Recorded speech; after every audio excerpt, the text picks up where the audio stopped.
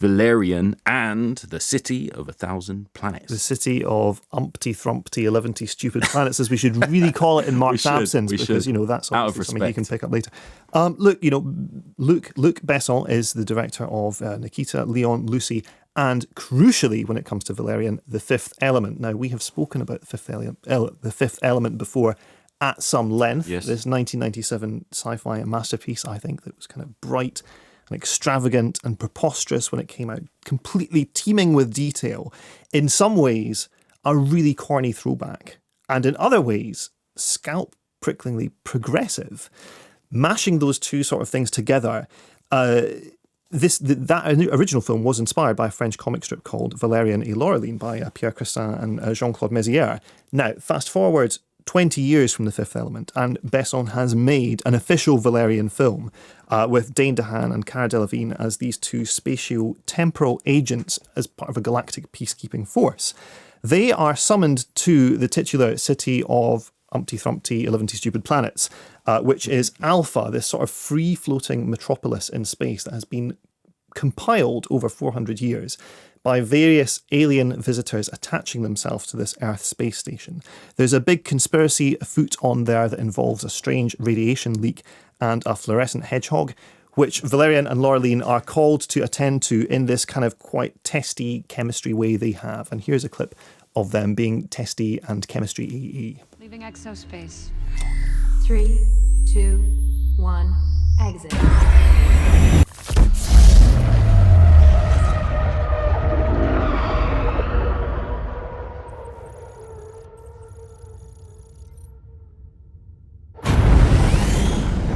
Whoa, easy. We're late. Yeah, well, better late than dead.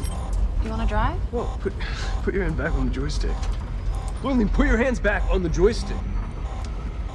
Laureline, will you please put your hand back on the joystick? Will you stop complaining about my driving? Yes, I'm sorry. You're a great driver. You're the best driver in the entire universe. Oh, thank you. Yeah. So there we are. Now, what I would say is can be very sort of fatuous and reductive to say, if you like film A, then you'll like film Yeah, B. sure. However, in this It's handy, case, though, I think, for people. And in this case, it's particularly handy. If you like The Fifth Element, not one of these people that has come to, since the original and said, oh yes, well, of course, I knew all along it was a wonderful film. I just didn't say it at the time. If you were actually on board with that first wave of Fifth Element love, I think and hope, because this is how it worked for me, that you will also enjoy Valerian. It too is bright, extravagant, preposterous, teeming with detail. In fact, I would probably upgrade teeming to throbbing. The amount of stuff that is going on screen all the time in this film is just, it's like nothing else. I mean, it's like, what's interesting about it is Besson has kind of gone to the Star Wars prequels aesthetic, which, those are films I really hesitate to bring up because I think we pretty much all generally agreed those films did not work. But he's gone to that sort of CG, just jacuzzi of imagery that massive you sink stuff into. everywhere. Yeah, exactly. Foreground, background, everywhere. But he makes it work in this. The story is basically a means of stringing together set pieces, as it was in The Fifth Element. You can have a go at the film story if you like. You can possibly also have a go at the casting. Dane DeHaan and Cara Delevingne are not sort of weighty, dramatic presences in this movie, but for me, they are exactly what this story requires. They are young and they are attractive and they throw themselves into this and they have that kind of spiky chemistry. A word that I've noticed coming up a lot in reviews for this, or term rather, when people talk about the dialogue between the two, which we heard there, is Google Translate. This is something I kind of shut myself off from Valerian reviews. Apart from, I must say, I did sneak a look at the Rotten Tomatoes tomatometer, which didn't really work out particularly encouragingly before I went to see it. But then went back to read them after I'd kind of written down my own thoughts. And this idea that the dialogue has this Google Translate, it doesn't quite feel natural in English. It probably didn't quite feel natural in French either.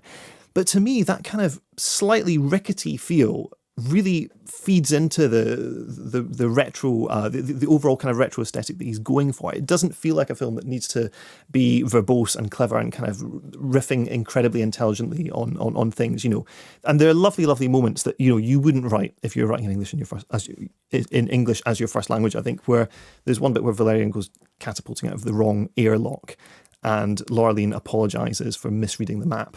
And then he says something like, oh, don't worry about it. We all make mistakes, and I'll just course correct. And it's such a kind of a weirdly prescriptive piece of writing, but somehow, because it's strange and because it kind of quite doesn't chime with everything else that's going on, it works. You know, Besson's sense of humour that comes up in those moments totally carries over to the action choreography as well. You have this sequence at the start where Valerian is running through this sort of Mos Eisley spaceport style place called Big Market.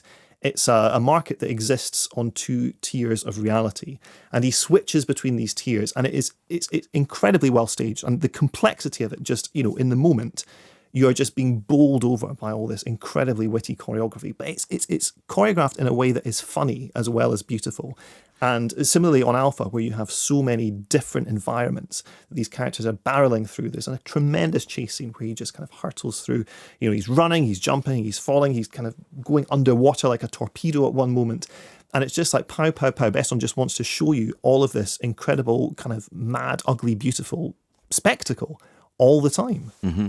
And if he hadn't thrown everything at this film, it wouldn't have worked. It needs to feel like an overload, but it does. And it's almost so overloaded that it becomes soothing when you're watching it.